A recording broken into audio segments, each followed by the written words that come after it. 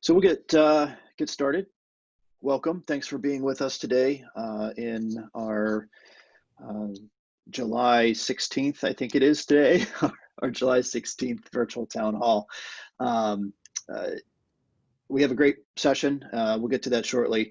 I want to point out a few things. If you do have a question, you can use the Q&A function that's located in your Zoom panel. We're all familiar with that by now. If you need to chat with me for any reason, you can do so there in that panel as well. I'd like to start off just with a few comments about the University Economic Development Association and who we are and what we do. We work to connect our members, which are higher education institutions, private sector businesses, and economic development organizations, to resources that help facilitate economic growth for their communities. Our members represent those who are on the cutting edge of modern economic development. And as we all know, our economy is much different.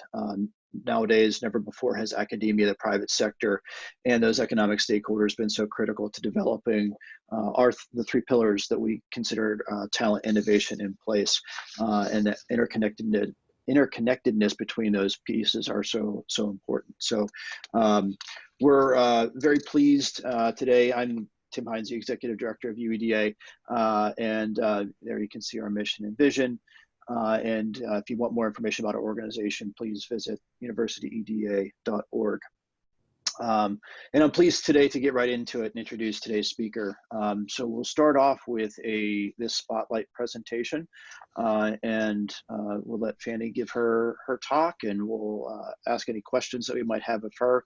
And then at the end, we open it up to an open forum. So if you have any ideas or things that you would like to ask of other participants who are on the call, we invite you to state those questions, and we'll pose those to everyone. So we'll get into that a little bit later. We like to start off with our spotlight presentation. The fast and evolving deadly outbreak of coronavirus disease has posed grand challenges to human society.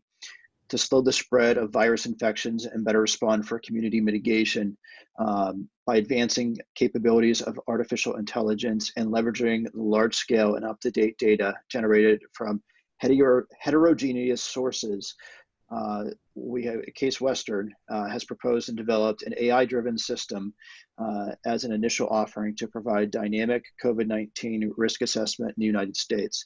More specifically, given a point of interest, the system will automatically provide risk indices associated with it in a hierarchical manner, so that's state, county, point of interest, to enable people to select appropriate actions for protection while minimizing disruptions to daily life and to the extent possible.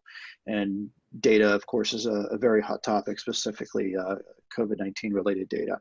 And Dr. Fanny Yee has been on the forefront of this from the very beginning.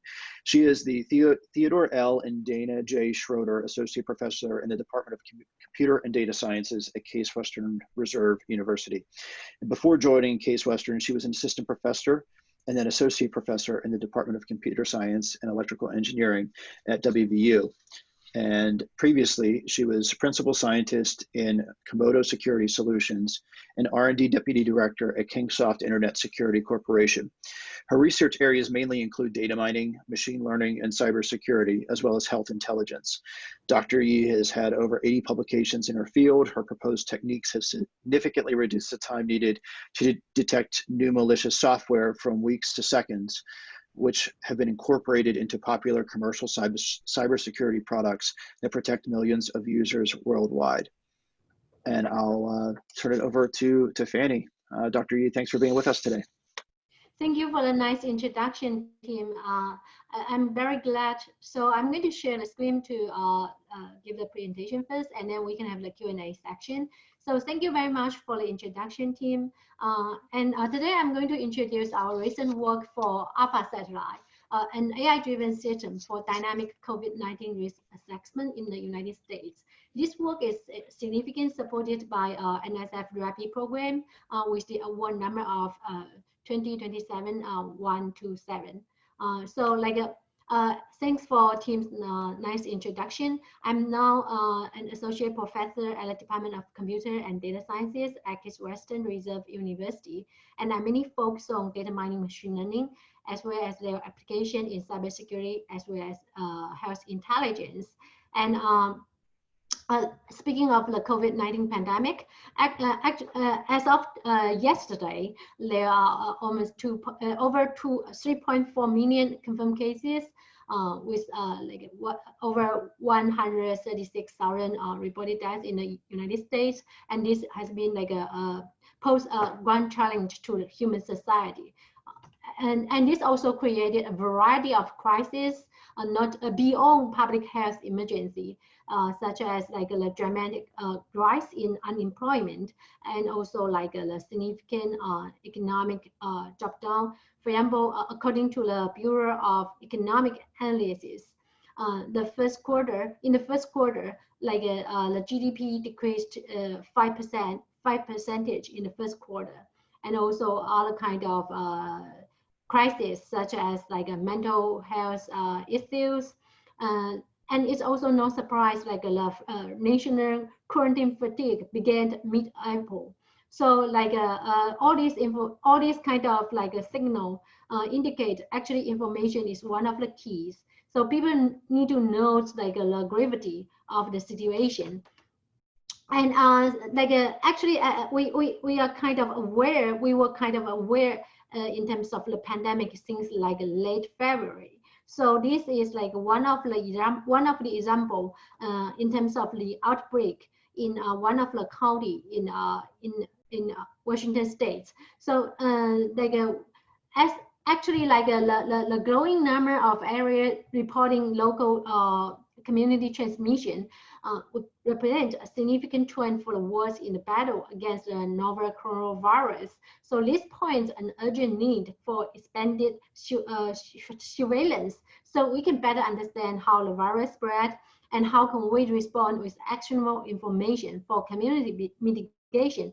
Because according to CDC, before the vaccine or drug became available and widely adopt to human society, the most drastic solution would be community mitigation. So in this way, we are just like wondering how can we devise like a computational tools leveraging the advance of AI technology to provide our community the dynamic or like saying near real-time COVID-19 risk estimation for any given area.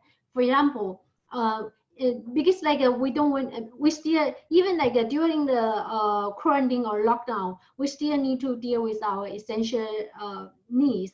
We need to go to the grocery store for the daily life. We also need to go to pharmacy, or like you might need to see the doctor. So in this way, which store should I go? I have multiple choice. Then which store will be more risky, and vice versa. So this is our original intention. How can we devise a tool to enable people to select, to have more information in terms of the risk of any given area? So in this way, we have proposed and devised a solution to the system that called Alpha Satellite. In this way, we basically, the purpose is like to slow the spread of virus infection and better respond with actionable information and strategies for community mitigation. So we leverage multiple data sources to collect the up-to-date data, including disease-related data, demographic data, mobility data, and also social media data. And then based on this multi-source data, we developed a system as an initial offering to provide dynamic COVID-19 risk assessment in the United States to enable people to select appropriate action for protection while minimizing the disruption to daily life. So these are some example data we collect, like we collect the health-related data in terms of the pandemic-related data, such as the numbers of the confirmed cases, the number of reported deaths, the new cases, and also the fatality rate, and so on.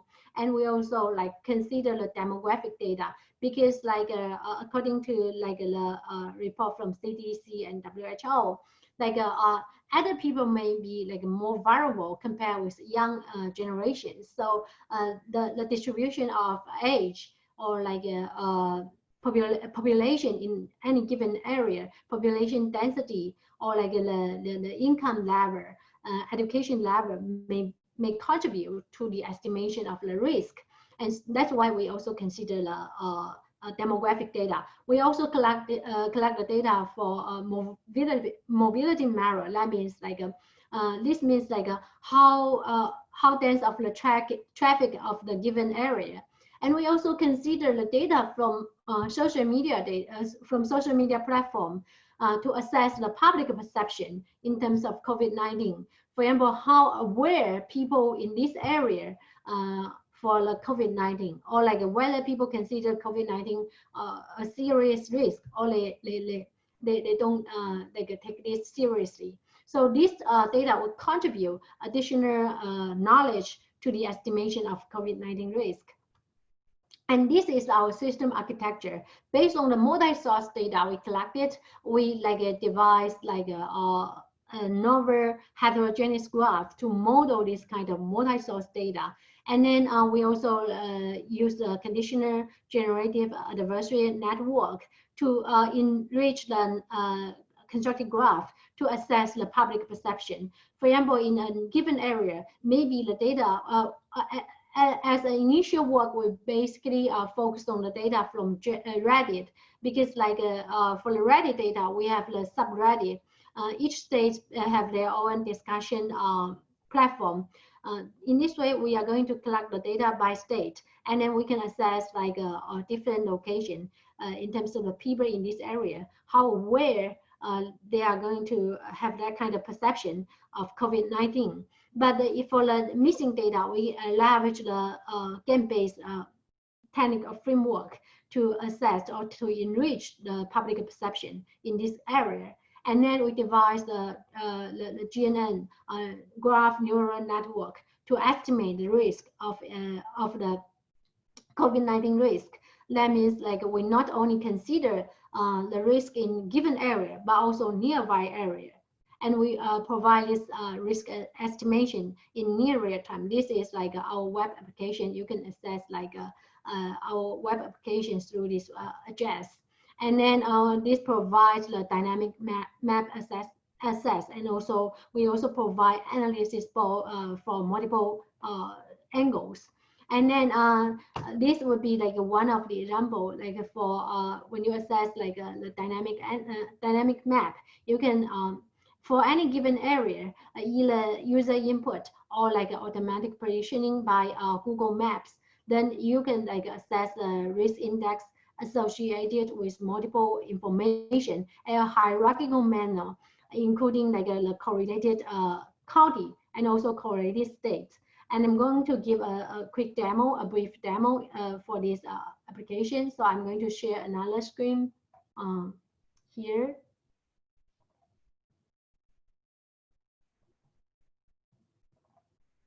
So this is our web application. So you can access our web sites through covid19.eslab.org. And then you can see when you access our website, you can see your current location, where is the risk index, and where is the POI type, and then also the traffic status. The traffic status vary from 1 star to 5 star. The large number, the large value means the more traffic dense. And then this risk index is provided in hierarchical manner, your current location, where is the risk index, and then your associated counted, what is the risk percentile across all the counties in your state. And for example, in Cuyahoga, the county where I associated with, that is the highest risk percentile compared with other counties in Ohio State. And you can also see the statewide, where is the risk compared with other states. And then we can see today, Ohio is in medium level of risk compared with all other states in the country. And then this provide a major two balls. One is a dynamic map and analysis ball. Let's see the dynamic map first. So here is my current location, and this is the risk index associated with that. And you can also see sorry. So you can, let me see. This is the shopping mall, and then you can see the risk index will be much higher than the the place. And then if you like type here for the grocery store nearby, then it will provide you the nearby grocery store in a ranking list. In this ranking list, the grocery store will be listed from lower risk to high risk, and then this can enable user to have some actionable information. And then this is a grocery store nearby my current place. And then you can also access like more detailed information. For example, this grocery store, this is the current risk index. And then this demographic density means like the population density, how much population per square kilometers in this county, and also the traffic status in terms of the traffic density of this given area, as well as the POI type. And this also enables users to provide their feedback in terms of their perception of the risk in this area. This means like extremely low, medium risk, high risk, extremely high risk. And then the associated like risk indices will be provided in hierarchical manner. This is like associated with Cuyahoga, Ohio. And we can also, this is not only regional map, but also national map. Let's see, like let's compare with the grocery store in New York City. So let's type grocery store, let's say Manhattan here. And you can click the search button. And then in this way, you can see like I just randomly search like a grocery store in New York, and then you can see this is the New York City in terms of like the associated like index, and then this looks like quite busy for like the store here, and we can also check like other kind of grocery store here, and then you can see like the traffic status in terms of the risk index, and this shows like the hierarchical risk indices like a city level, county level, as well as like a state level. And we can also check like right now, as Florida has so many cases, let's see Miami, Florida. Let's do the comparisons. So this is like the Miami Beach, and then also like associated like indices for different kind of stores. And then this may facilitate people have some actionable information to decide, to help them make some decision for the daily life or daily work. And then this shows like a more severe regions, and let's say lower risk, with like a less number of cases and deaths, West Virginia University. Let's compare with like some place in West Virginia, which has lower cases. So you can see the difference here, even like the grocery store here nearby, like you can see the difference for like different comparisons in different counties, different states. And like this is the dynamic map. And if you have any question, we can discuss in the Q&A section. And then we can see the analysis for this also provides like a more comprehensive information. And this gives the map in terms of like the risk index in like a risk percentile across like a state in a country. And then we also provide like the traffic transmission map. That means in the past 14 days, like the major traffic flow in to the state. For example, this is the major traffic flow into Ohio, and we can see like the top is like the biggest traffic is from Kentucky, and let's see how about Florida. We can see like the biggest traffic is from Georgia, and these are the top 10 traffic flow in to Florida in the past 14 days from different states. And we also provide the analysis for statewide and countywide risk index, and also the comparisons of the state and also the county. Let's see here. Let's pick Ohio. And then you can see like the currently this is like the case growth rate in the United States compared with other states in the country.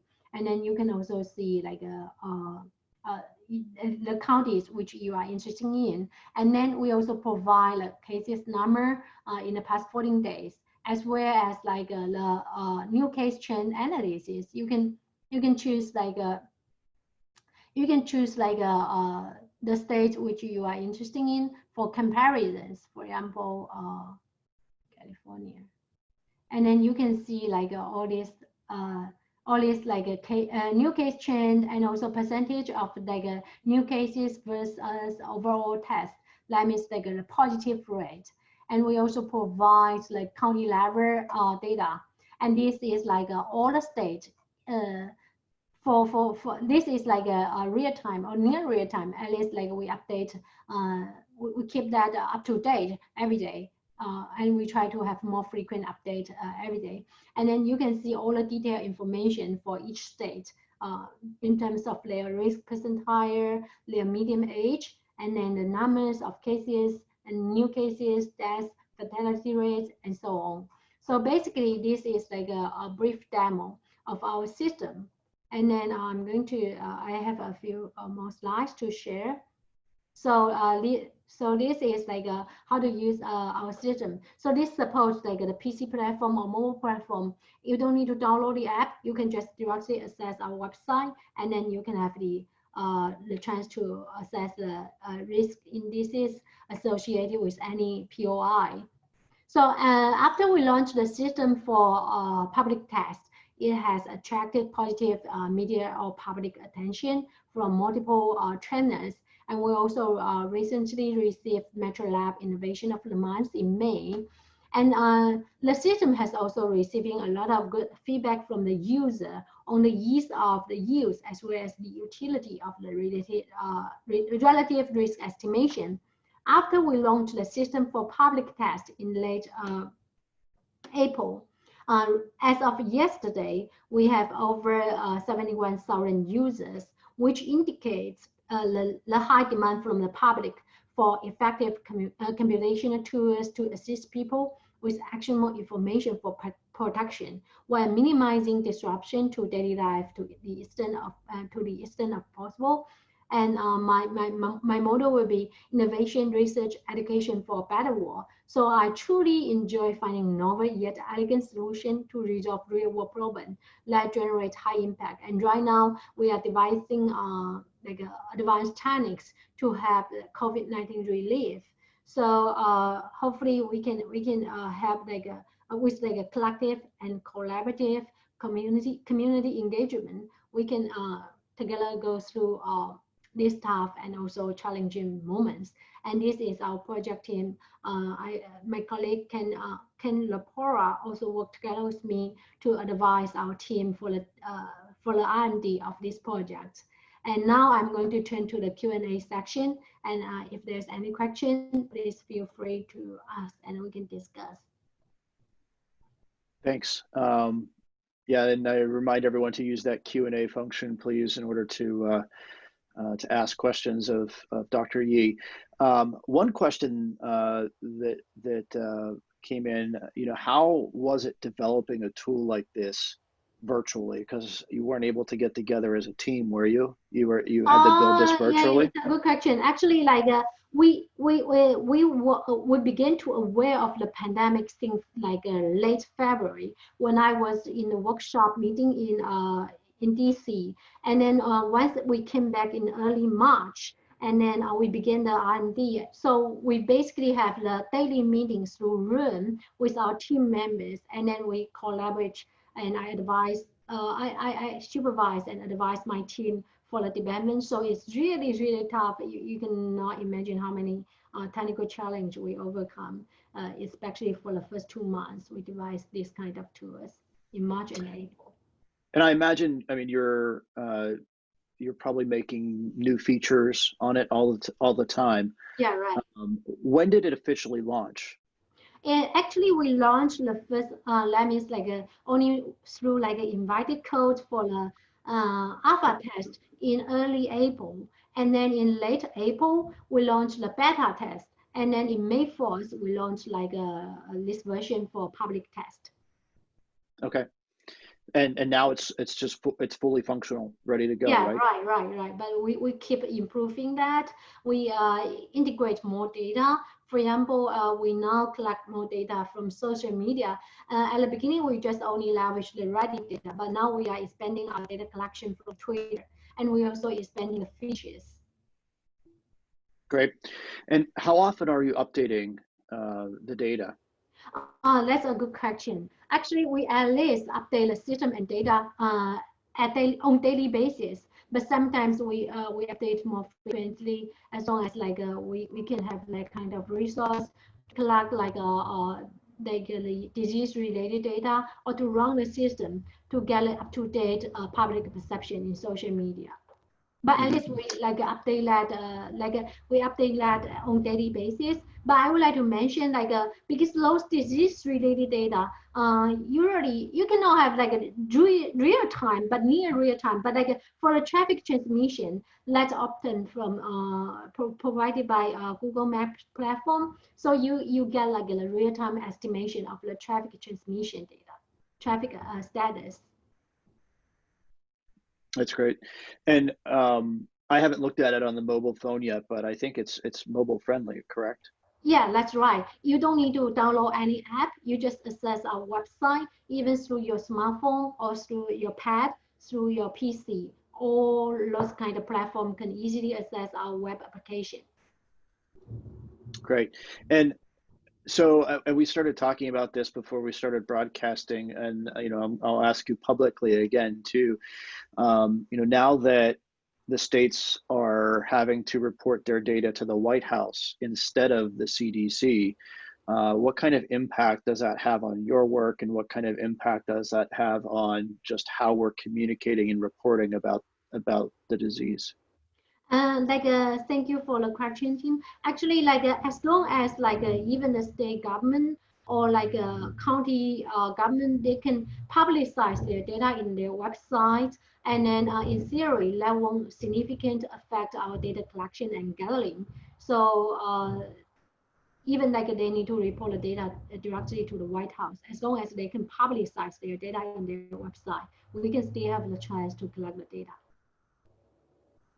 Okay, so that's as far as that answer goes, and you're collecting data from all kinds of sources. So as long as the data still continues to be public on the state sites, then we should be okay. Yes. to collect data. Yeah, well, that's good to know. So who are the primary users of your site? Have you done any demographics on the people that are actually using it? Oh, that's a very good question. Actually, we did have the statistics. We have the users across all the states in the country, but probably the top one users in the state would be Ohio, because the reason is users knows our systems through local media release. But I'm happy if there's multiple media channels can help us to broadcast our work, and then that can enable more people know our work and know our web application. For example, UEDA through this kind of opportunity. I hope more people can know this web application, then they can access our system. That's great. Yeah, we'll definitely help you get the word out. I think it's fantastic, not only in the work that our institutions are doing, across North America and across the world, but also just as citizens, as residents, it's helpful to have this information. So we'll definitely. I think each one of us were likely, as you were describing it, and after you showed us the web address, we were all looking at our own communities to see which grocery store has the higher risk probability. So, thank you for the work that you're doing there. And I know that, folks that I see on our line right now, I mean, we've got folks from Alaska and more Ohio represented, and California. So, we'll be sure to spread news of this far and wide. And that was one of the questions I had as you were talking is, what kind of publicity have you seen? And really, this is something that I think every American should know about. Have you, and obviously you're based here, do you know of any similar work internationally that's going on that focuses on this kind of, risk assessment data? I think that thank you for the excellent questions. So I know there are multiple applications. For example, Johns Hopkins University also provides this kind of data, and they also have a global map or a national map. But I would like to point out, per my limited knowledge, to the best of my knowledge, right now I haven't seen any kind of application to provide near real-time risk estimation for any given POI. So I think we should be one of the pioneers provide such kind of application for the community we live in.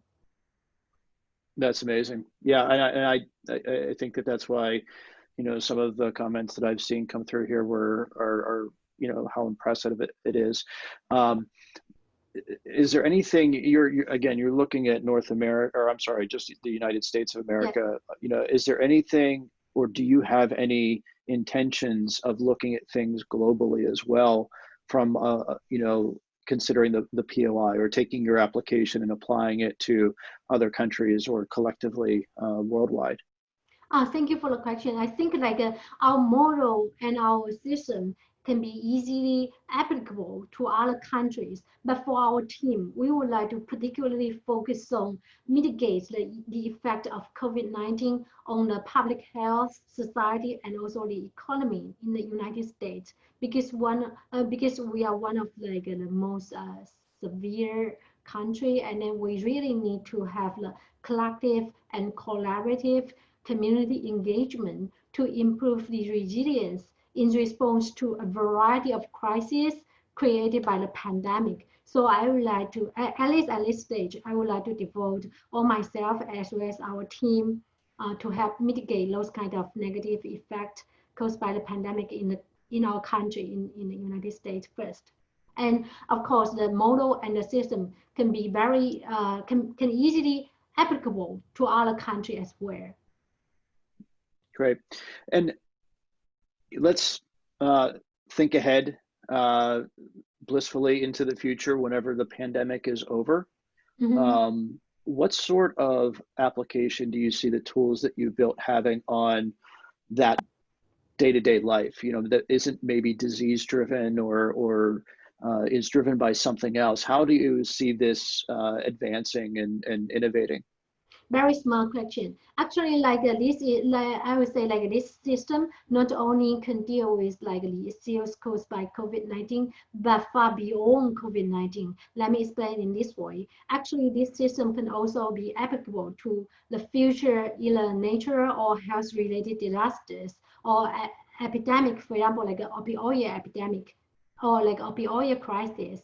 Then this kind of model can also have to facilitate the understanding how this kind of or let's say flu virus, how can we estimate the risk of flu virus. This is actually seasonable, right? And then model can also be applicable to see how can we have the public perception of opioid addiction or opioid overdose and so on. So this could be applicable far beyond COVID-19. Great. Yeah, I think the ability to do risk assessment is always something that is quite a science, especially as we get into even the insurance industry. So I'm sure that there's applications that we can continue to think of for the work that you've done. So thank you. I appreciate it. That's all the questions that we have, but I know that you're very responsive and easily accessible. So if anyone does have any questions, I know that they can reach out to you, and I'm happy to provide those connections as well. This is the point of our conversation where we turn to more of an open forum. So I tend to put it to all of you. If you do have something that you'd like to ask verbally, to raise your hand, use the raise your hand function. Maybe it's a challenge that you're seeing within your region that you want to ask your colleagues about how they're addressing. And Dr. Yee, I'll even ask you, is there anything that you want to ask our audience relative to the work that you're doing to maybe kick us off to say, you know, what are you trying to solve? Are there things in your community that you're trying to solve that maybe, you know, we can help facilitate that conversation?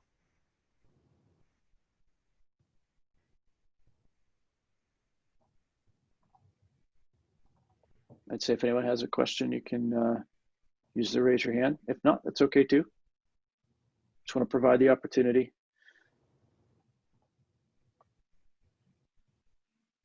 All right, just give it one more second here. Sure. And if like even offline, if like you have any question, you can also send me email. Sure.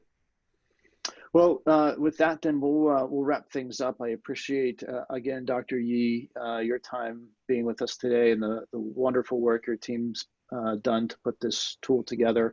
You know, all the best as you continue to work it out, and please share with them our congratulations and thanks as you know you've developed something that's pretty unique and critical to how we're moving forward. So thank you for being with us today and sharing your story. Thank you very much for your kind invitation, team, and keep in touch, and everyone stay safe, healthy, and happy. Sounds great. Appreciate it. Okay, thank Take you. care. Bye. Bye-bye.